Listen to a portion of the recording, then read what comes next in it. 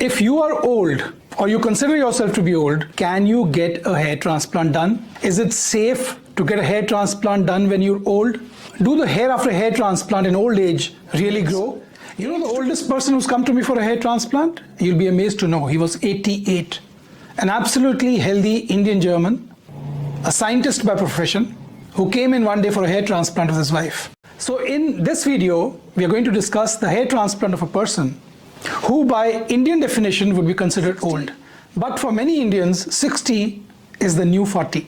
So he came to us for a hair transplant, absolutely healthy person, fit, not retired, wanting to look better. So we gave him a hair transplant and you can see his result, which I will show you after a small talk to enlighten you about whether old people can go for a hair transplant or not. Age today is just a perception. If you feel young, if you feel healthy, and you feel that you need a hair transplant, you need to look good, hair transplant is the right thing for you. The perception of age changes as you grow older. Most youngsters have always considered a person old when he is 60 years of age. But it's not that on the midnight of 59 years of age, you walk through a door and suddenly you're an old man. There is much more to it than meets the eye. The more accepted definition today about old age is that old age starts when you reach the mark when you are still 15 years away from the average life expectancy of your community. And usually all over the world in affluent communities, this is 70 years of age. Because today the life expectancy is around 85 to 87 years of age in healthy communities which avail the benefits of modern medicine. So hair transplant is not only to look good.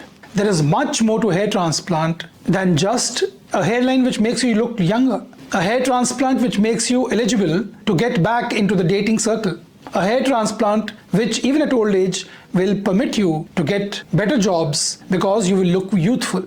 We ignore the fact that many people come to us for a hair transplant. Many retired people come to us for a hair transplant just because a hairline is so firmly ingrained in the body image. Some people who lack a hairline cannot adjust to this thinning hair, the receding temples, and they come to us for a hair transplant. Just a few hair will make them look so happy. So at my clinic, we have done a number of cases in elderly patients. And here in the playlist, you can see the number of cases and the types of cases that we have done. The only thing that you have to keep in mind is that you have to be healthy. The two most important things that we consider before a hair transplant are, number one, if you're a diabetic, the diabetes should be controlled. Since hair transplant is not a life-saving surgery, where surgeries are allowed even at 7.5 HbA1c levels. A cosmetic surgery, of which hair transplant is one, is a zero-error specialty. I personally do not take up a case for a hair transplant if a diabetic has an HbA1c level more than 6.5. Besides this, if you're on blood thinners because of embolism, deep vein thrombosis,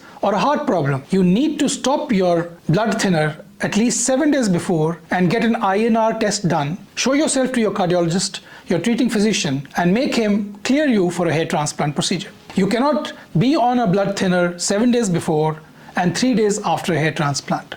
And third, the skin condition of the scalp should be healthy. Many people who spend a lot of time in the sun, sunbathing, or working in the fields, or sitting in the sun with their children, their grandchildren at many times, should not have sun damage on their scalp. There should not be senile dermatosis. The skin should be absolutely normal. So the basic take-home message is that if you feel the need for a hair transplant when you are old or getting to be old and you are healthy, you are the right candidate for a hair transplant, and please go ahead. If you have any questions about your health status, if you have any questions about your eligibility for a hair transplant at your age, do drop me a message in the comment section below or send me a private message on the WhatsApp number given in the video, and I'll get back to you the soonest. Have a nice day, God bless you, and stay young.